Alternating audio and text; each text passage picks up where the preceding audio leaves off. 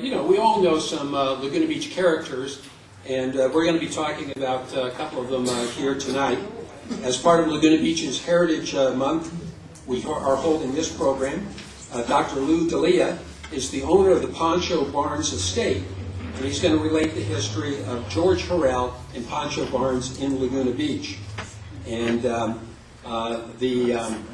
I'm sure he'll tell us more, but my understanding is for many, many years as a young man, Lou has been collecting photographs of George Hurrell, and he tried to purchase some from the Pancho Barnes estate, found out that she had kept everything together, and it was at risk of being sold off piecemeal. And so he figured out a way to keep it intact. I would like to mention that at the Laguna Art Museum, in the stairwell going down, there's an early days of Laguna Beach exhibition that's currently there. And it's got a lot of interesting stuff, including 5 photographs by George Hurrell. So the Laguna Beach Impressionists, if you go there and you see the photo of Edgar Payne, Anna Hills, William Griffith, William Wendt, Frank Couperin, they are all George Hurrell photographs. So, wait a second, let's see. Are any of the board members willing to give up their seats and come up here and sit, so there'll be a few more seats down there? I certainly would appreciate it. And without any further ado, let me turn this over to Lou Delia.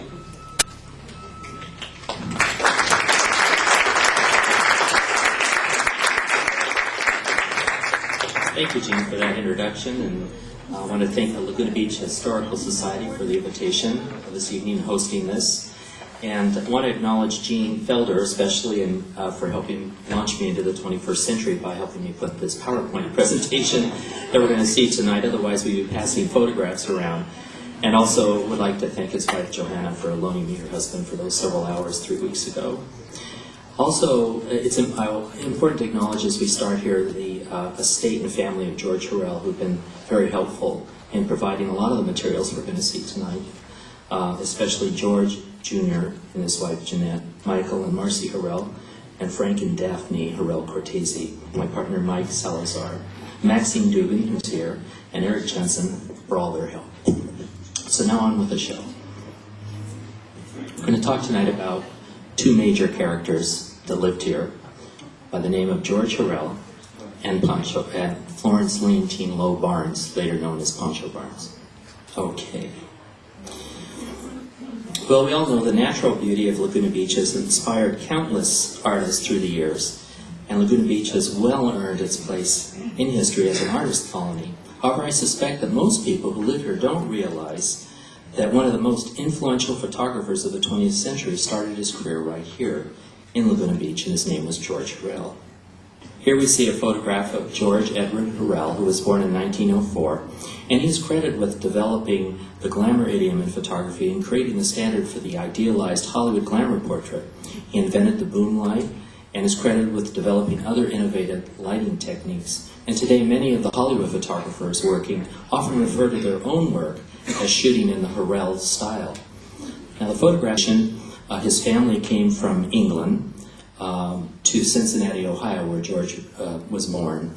And his family were shoe manufacturers, and it was a very devout Catholic family. He had a sister and 3 brothers. His sister actually entered the nunnery, but dropped out about 2 months before taking her vows and married. And he had a brother also that entered the priesthood almost, and stopped about a month or so before he was to become a priest. And even George Hurrell actually signed up at the Quigley Seminary in Chicago to become a priest, but decided to go to art school instead. And the reason I'm telling you that is because I think it's important to know sort of what influenced the person in their approach to life and sort of how they saw things. And my feeling, and I hope you'll agree by the end of this evening, is George Hurrell always saw the beauty in things and the potential in a person and in a situation. And I think that was greatly influenced by his upbringing. Anyway, at age 19, George Hurrell started out as a fine art painter, studying at the prestigious Art Institute of Chicago. And attracted to all things new and impressed with innovation, Hurrell was greatly influenced by the paintings of an early Italian surrealist painter, Giorgio de Chirico. And so he began painting in that style. However, Hurrell also enjoyed painting the occasional standard landscape.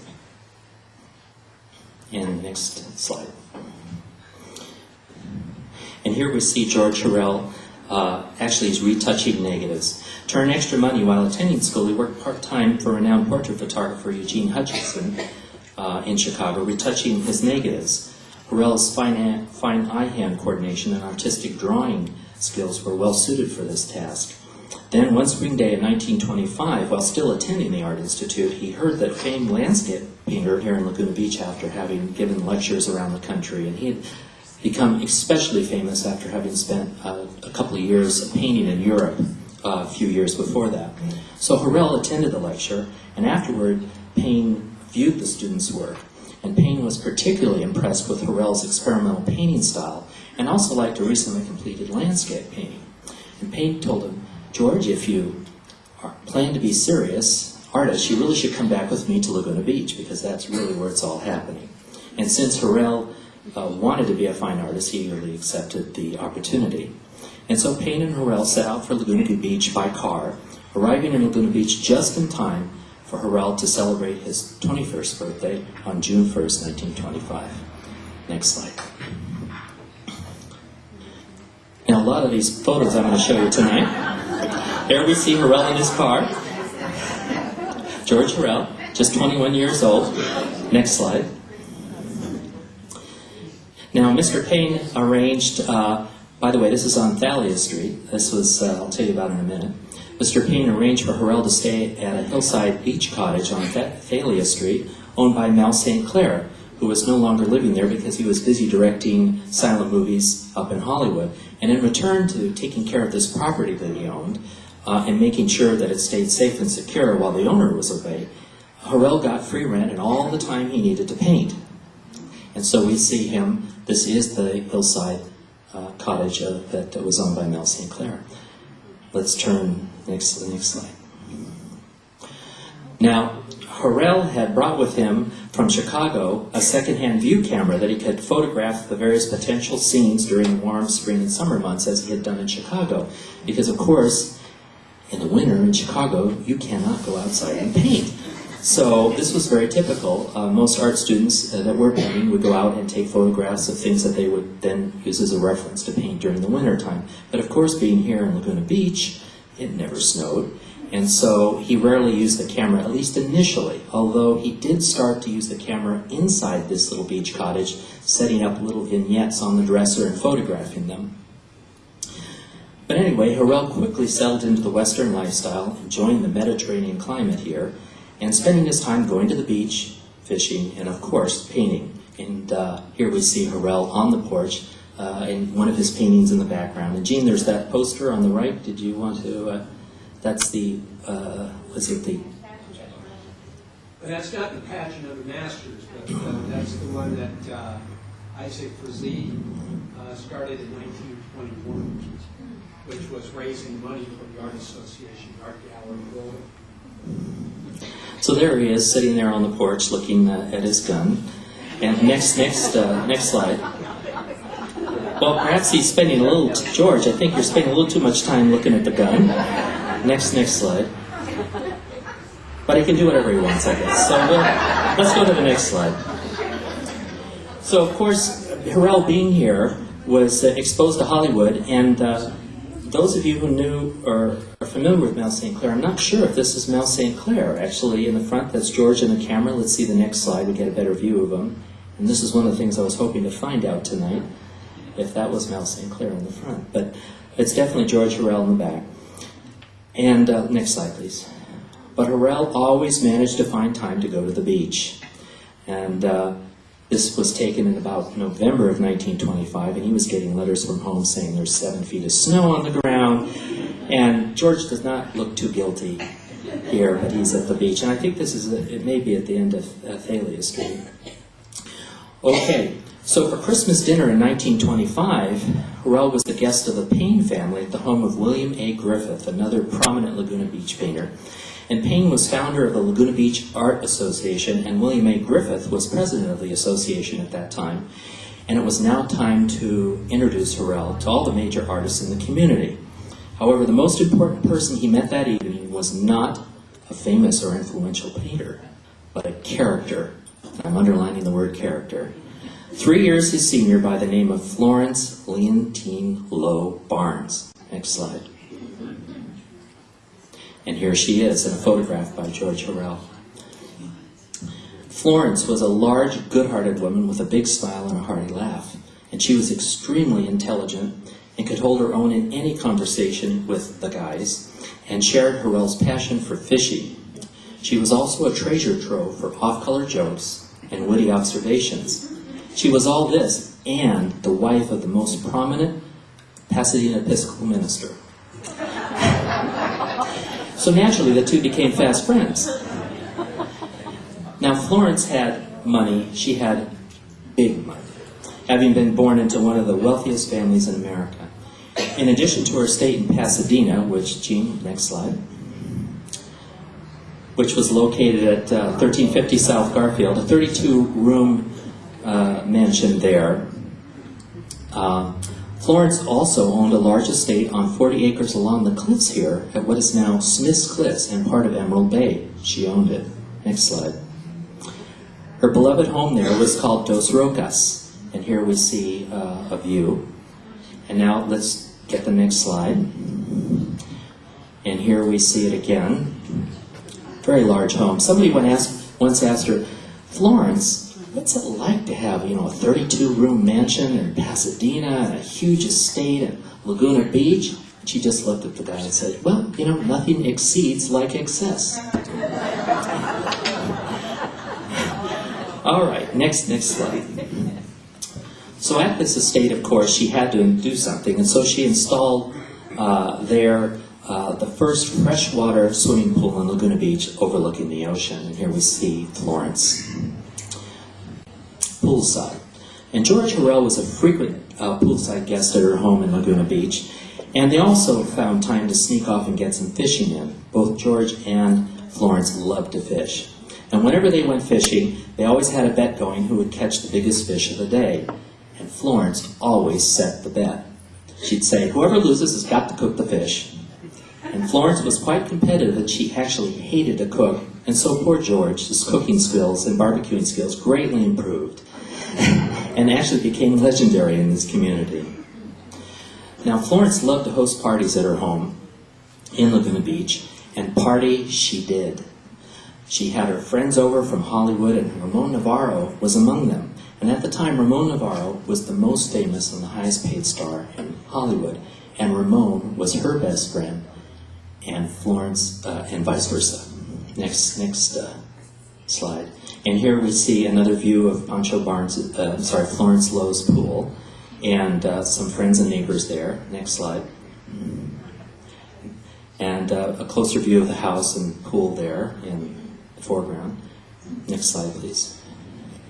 And we actually see Ramon Novarro here at her pool. Next slide, please. And a view off the back porch at Florence's house. Beautiful view. I wonder who has lot 19 now. Next slide.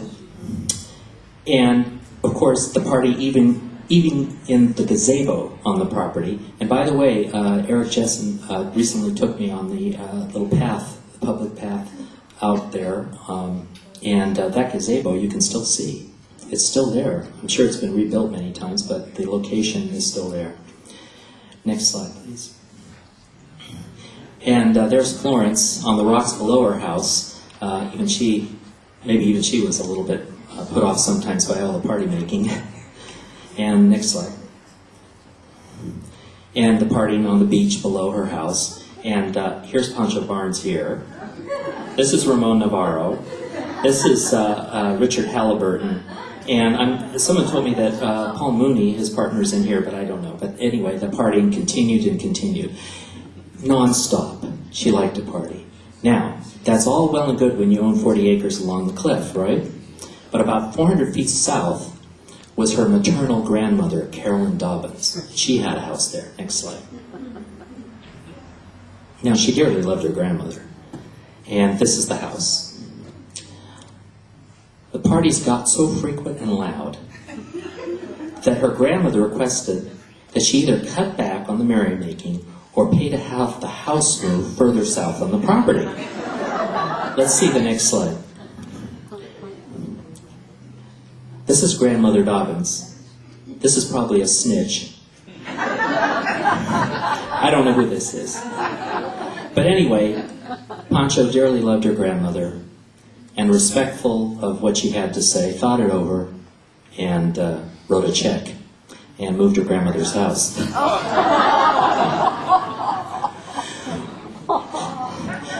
By 1927, Florence's mother had passed away, and her marriage to the Pasadena Episcopal minister was just not working out. So she decided to take a trip alone to see the lost city of Machu Picchu in Peru, and have time to herself so that she could just think some things through.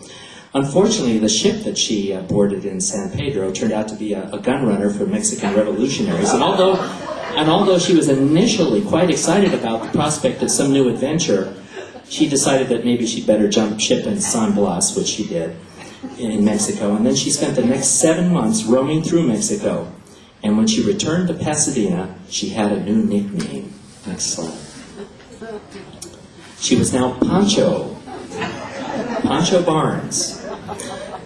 And by the way, this is a name that she kept through 3 more marriages.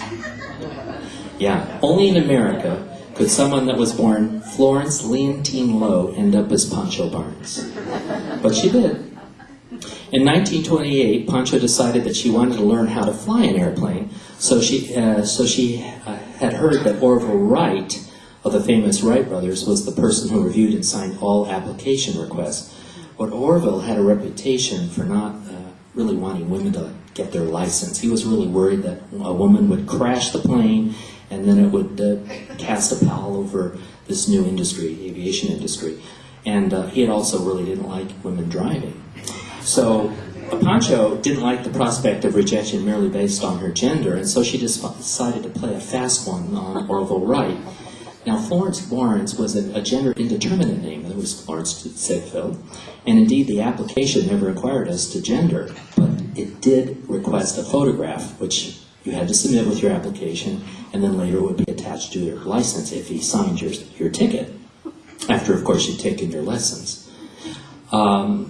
So Pancho remembered that her artist friend and painter George Hurrell owned a camera. Indeed, she had seen some of the photos that he had started to take of some of the local artists in the community, and actually thought that his photography was a lot better than his painting, and indeed thought that that's where his destiny probably was going to lie. And so she asked him to take her picture for her pilot's license. And for this application photo, she dressed up like a man, just to fool Orville, smoking a cigarette with dirty fingernails and all. Next photo. And here is the Hurrell photograph he took for her pilot license application. Now, Hurrell felt bad making his good friend Pancho look so awful for the pilot's application, and so he insisted on taking some nice photos of her. And he took several photos of her at home in Laguna Beach, posed against the back of her favorite chair. And he actually made her look beautiful. And she was not your classic beauty at all. And so naturally she loved them. And here's that photograph. Again by George Hurrell. Not so bad. And she loved this, and loved it so much she actually inscribed a copy to her friend Ramon Novarro, who also liked it. And so Pancho started taking her flying lessons now that she had her application all together. Next slide. And of course, she had to put a tower with a windsock next to her house. Next slide. And she installed Laguna Beach's first private landing strip, which was just north of her house. Next. And Ramon Novarro, of course, was along for the ride and attended her first few lessons. Next slide. That's Ramon Novarro on the left. And again, Ramon Novarro and Pancho Barnes. Probably photographs by George Hurrell. Next photo. And within 6 hours, she had soloed. And so Orville Wright signed the application. She was now officially a pilot, and off she went. Next slide. And here is Pancho Barnes's license, signed by Orville Wright on the left, as you see, July 30th, 1929, Oval Right. And look at, there's that photograph by George Hurrell. So Pancho later went on to be the first female stunt pilot in Hollywood and set numerous speed records in her travel air mystery ship airplane that was modified by her other really good friend, Howard Hughes. And many historians have commented that she was one of the most skilled pilots of the golden age of flight. Later, she reinvented herself in the 1940s and 50s as the owner of the famous, some would say infamous, Happy Bottom Riding Club, which was actually a dude ranch with a restaurant, hotel, and landing strip now on the site of Edwards Air Force Base. Most of you might remember, if you saw the movie The Right Stuff or read the book The Right Stuff, she was the owner of the restaurant where all the guys hung out. And she was always encouraged, Chuck Yeager and the rest of them, that he was going to break the sound barrier. Anyway, Pancho Barnes is a whole nother lecture. Next, all right, here we see Pancho getting a hug from Ramon Novarro, and this photograph is by Hurrell, congratulating her on her soloing. And next, and here we see the official photograph as Pancho Barnes as pilot, taken by George Hurrell. But now, you know what this means. Now that she has her license and an airstrip next to her home, now all her new pilot buddies can fly into party in Laguna Beach. Poor Grandma Dobbins now had an airport next door to her house. And let's see the next. And here are some of them. And this is a Laguna Beach. And now Hurrell joined in, but also liked to get away by himself to the beach at Laguna. And let's see that next picture. And here's George. And this is probably near Thalia Street. And we see him on the beach. And he continued to photograph his friend Pancho Barnes and others in the community. Next slide, please. And here's another study of Pancho Barnes by George Hurrell. Now that Pancho had her pilot license, she would often take her friend, George Hurrell, with her on her flying expeditions into Mexico fishing. She loved to fish and actually loved Mexico and the Mexican culture immensely, and would often go down there fishing and drag George along.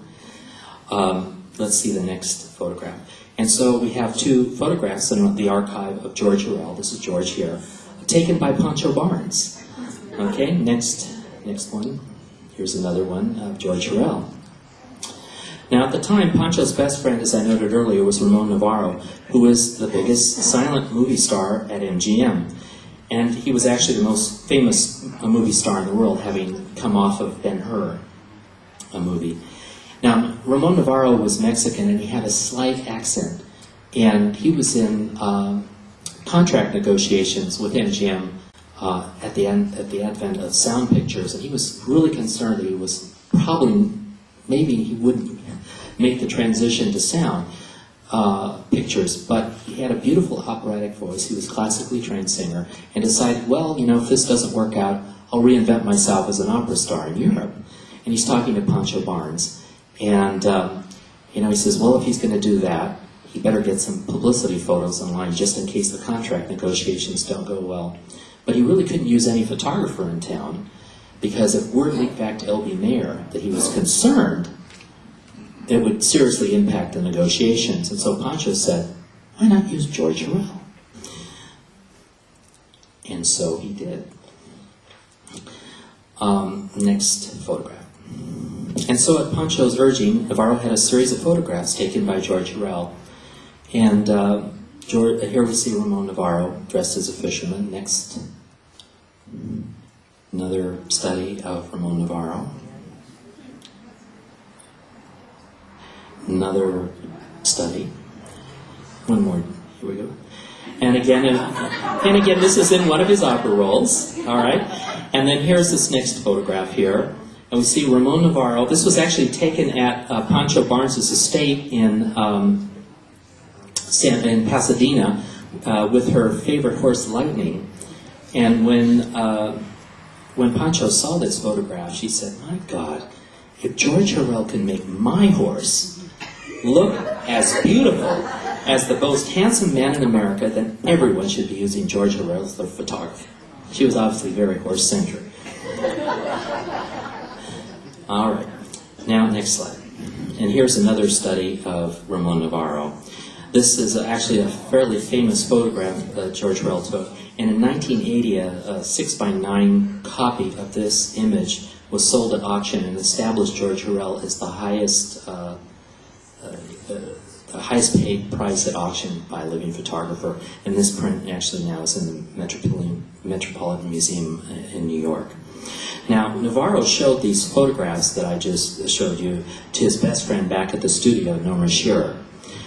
And Norma Shearer, of course, loved this one. In particular, she says, "My God, Ramon, you look great."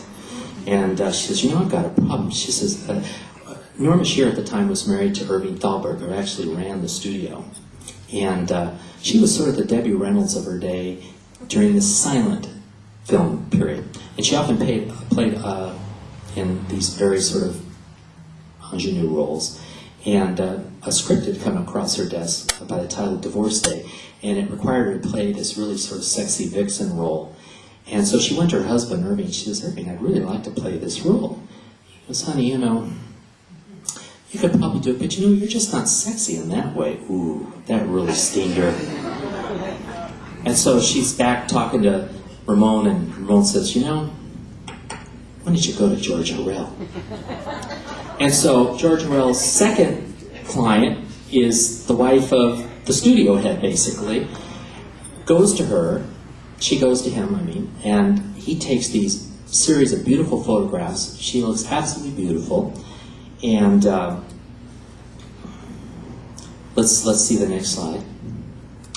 This is one of them. Well, she throws them on her husband's desk and says, "What do you think now?" Well, first of all, their marriage improved. She got the role, played the part well, won the Academy Award for the role in that film, and a couple of weeks later, George Hurrell was offered the job as portrait photographer at MGM. Now, at first he played hard to get, because he was starting to get other film actresses and actors going to him. And he told Pancho, "Nah, I don't think I want to do it." She says, "You idiot, the Depression just is on. Everyone's lost their money, they're jumping out of buildings. Take this darn, I'm going to fly you up there right now." So flies George Hurrell up to his interview with L.B. Mayer, takes the job, and on his way back he wing walks on her plane to celebrate. Let's take the next. And so we see George here going off to MGM. Next. And here's George Hurrell's official MGM portrait as portrait photographer. All right, next slide, please. Now, here we see a portrait of Harriet Lake, later to be known as Anne Sothern. According to George Hurrell, when young players were being considered at MGM, they were first sent to the studio portrait gallery for a series of photographic portraits, which served as their initial screen test. Hurrell would make beautiful 11 by 14 and 10 by 13 prints that were sent directly to L.B. Mayer. And if he liked what he saw in the photos, then those photos were then shipped out to the various fan magazines, of which there were many in the 1920s and 30s. And depending on the fan mail response from those magazines, decided whether or not that actor or actress would actually get a screen test. So there was a lot. So photography was extremely important to the development of someone's film career. And Hurrell's training as a painter and his enhanced understanding of lighting, exposure, and composition and contrast all helped to make his photographs stand out. Hurrell brought an undeniable style and sophistication to each setting, whether it was with an established star or a young contract player on the road to fame or obscurity, for that matter. So here we see, as I said, someone who would be later known as Anne Sothern. And this was actually one of the first people he shot, and even his props had not arrived, and so he just improvised with what he had there. And he still had a fairly interesting photograph happen. Loretta Young once commented, "We thought we were gorgeous because by the time Hurrell finished with you, you were gorgeous." So still photography was instrumental to the development of the stars from the beginning, long before anyone had heard their usually made-up names. Let's go to the next slide. And here we see Dorothy Jordan on the set with George Hurrell, and on your right here, you'll notice George's large format camera that contained here an 8x10 film. And Dorothy Jordan was actually a very famous silent film star, played opposite Ramon Novarro in a lot of his big films. She did not make the transition well to talkies, but married quite well. She married Marion C. Cooper. Marion C. Cooper is one of the biggest producers of the day. Steven Spielberg is the Marion C. Cooper of our time. He produced things like King Kong and some major movies. Okay, next one. And of course, George Hurrell, being at MGM, took some time when he had it and visited the sets. And as I said, sound had just come in. This is the sound boom. And he had, in taking photographs of people, he realized that it was hard to get a shine on a person's head. He liked the hair to really shine. And looking at this, he said, gee, why don't I put a light on a pole? Next slide. And so he invented the boom light, which is standard in photography. And that was an invention of George Hurrell. And next slide. And you can see the boom light being used here. Here's George. There's the boom light. Next one, please. And you can see it being used here to good effect on Norma Shearer. Next slide. And here we have a view of the MGM photography lab. And it's important to keep in mind when you're looking at the photos I'm going to be showing you of some of these great old classic movie stars from the 30s, that they were taken during the Great Depression years. And America was badly in need of idols, and cinema rushed to supply them. And these photos helped the movie makers give the American people hope through identification with the heroes on the screen. And Hurrell was busy inventing a whole new race of human beings who were immune to age, acne, and overweight. The photograph that he created was not meant to reveal the truth. The goal was really to create a kind of icon for public worship. And on an 8x10 sheet of photographic film, Hurrell sculpted faces that launched a million fantasies. Next slide. Everyone know who this is? That's right, it's Jimmy Durante. And this is actually Jimmy Durante's first official portrait at MGM. He had come out by train from New York. He was a big, big vaudeville star, and had an appointment with L.B. Mayer to pursue a bigger film career in Hollywood, although he had made some films before, but MGM was really where he wanted to be. And so he arrived in Pasadena. They brought him by car to the lot down in Culver City, and he was right on time, the professional that he is, but L.B. Mayer was really worried that he was going to have to pay this guy. So he thought, keep him waiting. Why don't you send him up to Hurrell's portrait gallery and let's get some photos. So they kept Jimmy Durante waiting, sent him up, and George Hurrell took this photograph of him right out of the train. That's the story behind this one. Next slide. Who's this?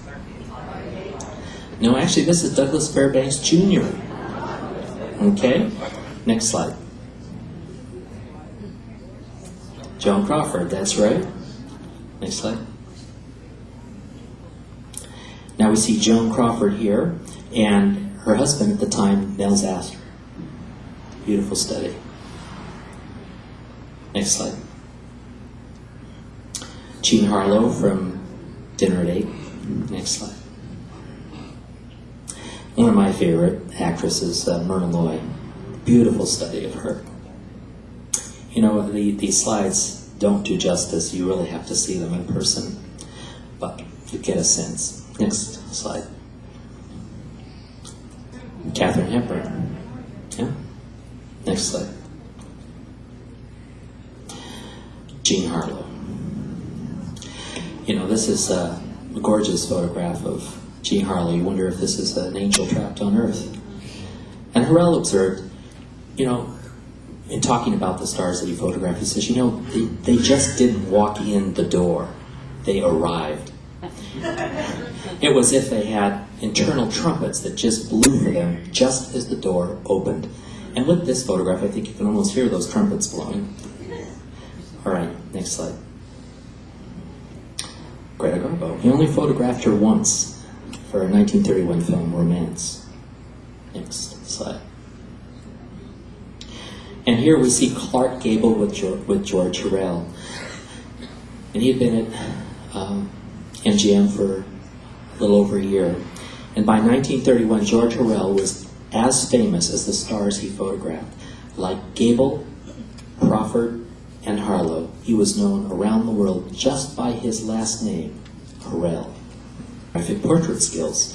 And over the years, Hurrell worked for almost all the major studios in Hollywood and photographed almost every major star. But he still had time for his friends back here in Laguna Beach. Next slide. And we see a photograph of Pancho Barnes in the back seat with Moya Stevens and Richard Halliburton at the wheel. Next slide. Another view of that trio. Next slide. And we see a photograph taken by George Hurrell of Richard Halliburton and Moya Stevens just before they set out in March 1932 for their famous flying carpet journey. Next slide. And a photograph of Pancho with Moya Stevens, who she dearly loved. Well, Hurrell left MGM in a dispute after a couple of years and went and took a private studio. Hurrell left MGM in 1932 over a disagreement with Howard Strickland, who actually was the head of employing people at the studio.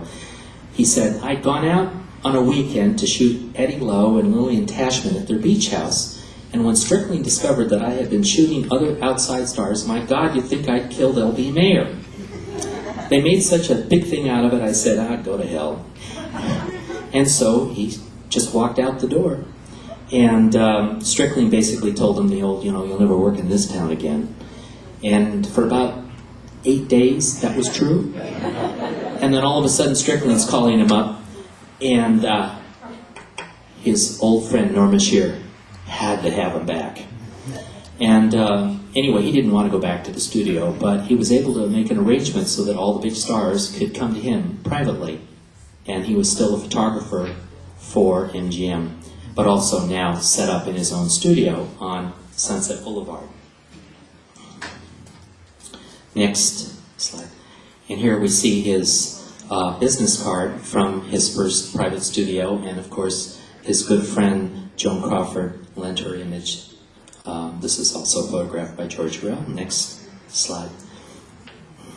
And George Hurrell relaxed his stars by playing foxtrot records and other records of the day, and he was notorious for antics. So, for instance, he would jump up and down and make all kinds of noises to distract his subject, and he invented this long the shutter release was on a 40-foot cord, and it was a silent shutter. He invented the silent shutter, and so the person never knew when their photograph was taken. Okay, next slide. And by the way, that was a George Hurrell painting in the background. Sorry. You be the judge whether or not he should have stayed painting. Next. All right. But he always found time to return to Laguna Beach when he could and paint. And so we see here George painting. Now, although he relocated to Hollywood to be closer to the studios, whenever he could, Hurrell would break away from his duties and visit his friends here in Laguna Beach. And throughout his lifetime, Hurrell returned to Laguna Beach. And actually, this is Ann Sheridan, that's right. Her career was largely initially developed through the photography by George Hurrell. She was known as the Oomph Girl. Next slide. And here we see George Hurrell on the set now at Columbia Studios working there. Next. Yeah. And on the set with Betty Davis. Next. And who's this? That's right, Gloria Swanson. When she came to George Hurrell in the late 40s, she had already made 75 movies and was immensely wealthy, very successful film star, but no one really wanted her style of acting anymore. And it came to George Hurrell to help revive her career. She took some time off, but later made a pretty good film called Sunset Boulevard that most people remember by. Next. Now, this actually, Jane Russell, right. This was, George Hurrell needed a better studio, and he was making so much money that he actually had a studio built to his own specifications on Rodeo Drive in Beverly Hills on the site of what is now Gucci's. Guess who his landlady was? Greta Garbo. Yeah, she owned the property. Now, at the time this picture was taken, Jane Russell was an unknown starlet who was just finishing The Outlaw for Howard Hughes, another friend of Pancho Barnes. And Hurrell was given a rundown on the script, which was a Western, and Hurrell's creative mind decided, hey, I'll shoot her in a haystack.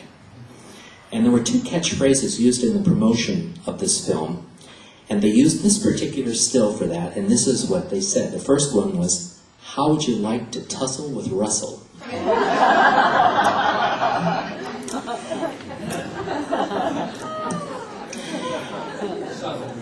A little subtle. Then they came up with another way to promote it, and this is what they said when they, in conjunction with this photograph. What are the two great reasons for Jane Russell's rise to stardom?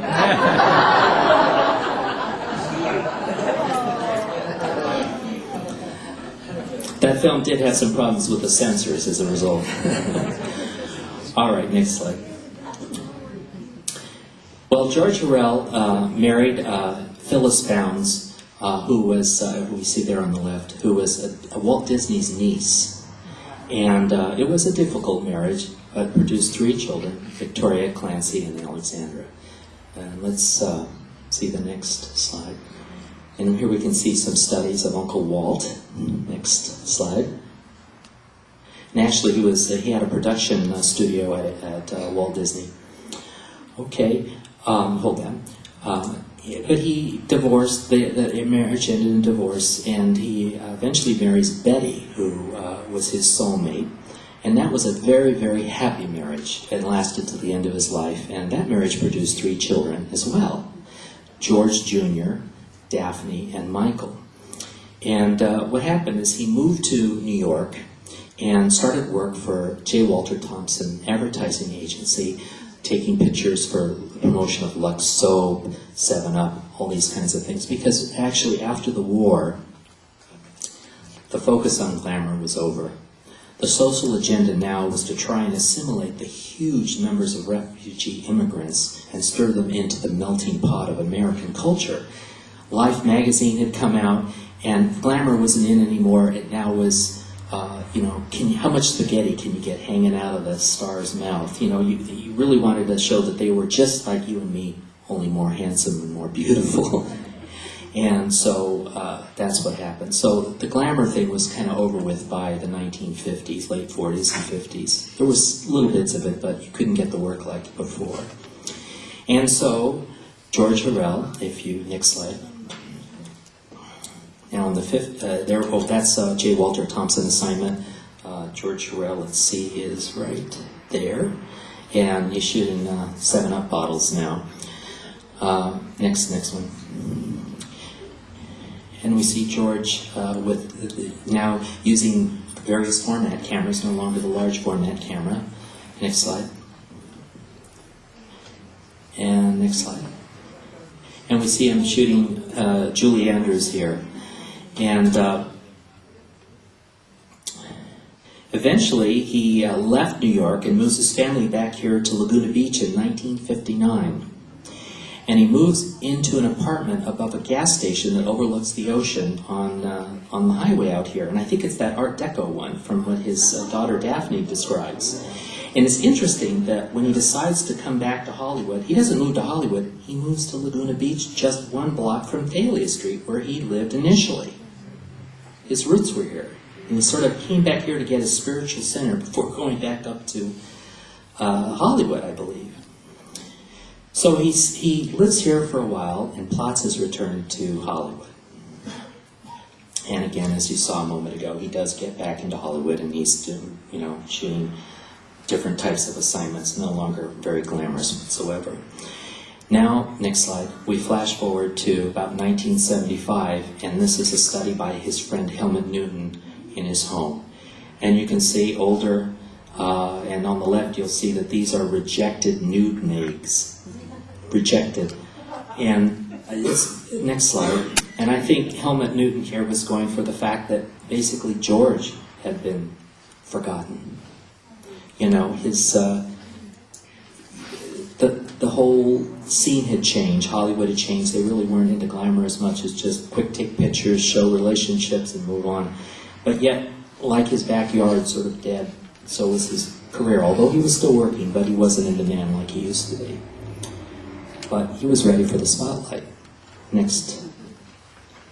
And he wrote a book with Whitney Stein, and that book really put the focus on George Hurrell. And everybody in Hollywood woke up and went, my God, this man, he created so much beauty. He really was responsible for so many people's careers and really developed the glamour idiom in photography.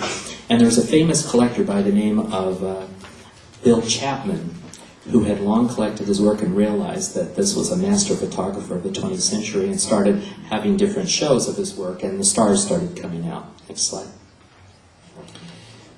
And the stars started returning, and here we see Douglas Fairbanks Jr. with Loretta Young attending one of these appreciation exhibitions. Next slide. And everybody started remembering George Hurrell, and here we see him with Andy Warhol. Next slide. And even young stars were now hiring him to develop them in a glamorous way, and here we see a very early photograph of Sharon Stone. George Hurrell helped her in her career get started. And of course, you know, at one point she was the most glamorous star in the world. Okay, next. And somebody else also used it. Well, what happened to this guy? All right, next slide. And this is Fleetwood Mac. He was in demand by everybody. Everybody was using him to develop their career, and the whole glamour thing now was back in vogue in Hollywood. And next slide. And here we see a photograph of George Hurrell in Paris with some Paris Vogue models. He was being sent off to take photographs just all around the world. He was in such demand. I met George Hurrell in 1979, and we would meet about 4 times a year for lunch, and we'd discuss his recent work, because I was more interested in what he was doing. I was fascinated by this man. He was, you know, in his 80s and working and creating, and anyway, we'd meet. I remember him, when he showed me this photograph, he says, guess what, Lou? He says, I'm going back to Paris. Boy, if I'm there more than a week, Eddie's going to kill me. But he was having the time of his life. Next slide. And here he is getting ready to shoot Paul McCartney. Next slide. And this is a study of Sherilyn Fenn from the documentary that was done by Turner Broadcast Company in 1992, produced by Greer Clark. It was called Legends in Light, and it was a documentary on the career of George Hurrell. And this is one of his last portraits of a star. Next. Sherilyn Fenn. And this is George's last official portrait. Now, George Hurrell passed away in 1992, and exhibitions of his work have been held at all the major museums all over the world. And as Jean noted earlier, the Laguna Beach Museum has a collection of his prints of local artists that he took when he first started his adventures in photography here in 1925, 26. And a large show of his work will be on exhibition starting July 1st in the Queen Mary. I'm curating that show, and I'd love you all to come by and see the actual prints. Now, George Hurrell's son, George Jr., and his wife, Jeanette, are the current custodians of the photographic legacy of George Hurrell. And they have recently begun activating his archive of film negatives that were left behind in the estate, and making the lifetime work of this genius photographer and innovator once again available to us all to enjoy. Next slide. Now, as George Hurrell noted in a talk here at the Laguna Beach Museum in 1978, he said, you know, I look back on my early years in Laguna Beach with great fondness, and I'm thankful to the wonderful artists living here who instilled in me a sense of joy in creating, in dreaming, and in achieving, as they created and dreamed and achieved. When George Hurrell passed away in 1992, he left behind not only a valuable record of an era, but the ever-enticing illusion of human perfectibility. And in doing so, I think he helped us all to feel better, to dream better, and to imagine more for ourselves and for everyone else. And so I say thank you to George Hurrell for his contributions and for the inspiration. And both Pancho passed away in 1975, and as I said, George in 1992. And they were good people, and I'm sure they went on to their just rewards. And if they did, they're probably fishing right now somewhere. And knowing Pancho, though, I bet you anything that George is still having to cook those fish.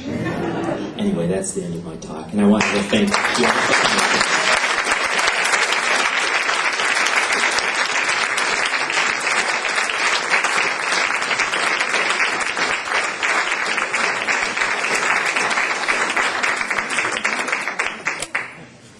Hey, come on, let's hear it for Lou DeLeo.